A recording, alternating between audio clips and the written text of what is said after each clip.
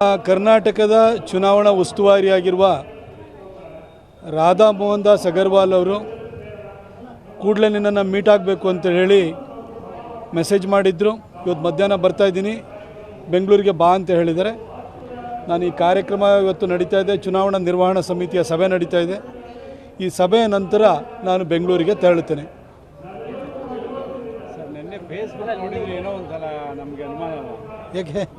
ಬಹುತೇಕ ಯದುವೀರಿಗೆ ವರದಿ ಆಗಿದೆ. ಯಾರಿಗೆ? ಯದುವೀರ್ ಅವರಿಗೆ. ನನಗೆ ಈ ಕ್ಷಣಕ್ಕೂ ಕೂಡ ವಿಶ್ವಾಸ ಇದೆ. ಖಂಡಿತ ನಾನು 10 ವರ್ಷಗಳಲ್ಲಿ ಮಾಡಿರುವಂಥ ಕೆಲಸ, ಕಾರ್ಯಕರ್ತರ ಜೊತೆ ಇರುವಂಥದ್ದು, ಸಂಘಟನೆ ಮತ್ತು ಸಿದ್ಧಾಂತಕ್ಕೆ ನಾನು ನಿಂತಿರುವ ರೀತಿ, ಇದನ್ನು ಪರಿಗಣಿಸಿ ನನಗೆ ಟಿಕೆಟ್ ಕೊಡ್ತಾರೆ ಅಂತ ನನಗೆ ವಿಶ್ವಾಸ ಇದೆ. ನಾನು 28 ಜನ ಸಂಸದರಿದ್ದೀವಿ. ಅದು ಬೇರೆ ಪಕ್ಷದವರು 3 ಇದ್ದಾರೆ, ಒಬ್ಬರು ಇಂಡಿಪೆಂಡೆಂಟ್ ಇದ್ದಾರೆ. ನಮಗೆ ಟಿಕೆಟ್ ಕೊಡಬೇಕಾದ್ರೆ ನಾವು ಮಾಡಿರುವಂಥ ಕೆಲಸಗಳನ್ನು ಪರಿಗಣನೆಗೆ ತೆಗೆದುಕೊಂಡು ಟಿಕೆಟ್ ಕೊಡಬೇಕಾಗುತ್ತೆ.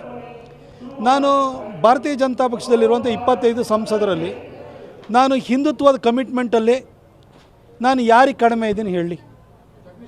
ಹಿಂದುತ್ವದ ಕಮಿಟ್ಮೆಂಟು ನನ್ನನ್ನು ಮ್ಯಾಚ್ ಮಾಡೋಕ್ಕೆ ಈ ಭಾಗದಲ್ಲಿ ಯಾರ ಕೈಲೂ ಸಾಧ್ಯ ಇಲ್ಲ.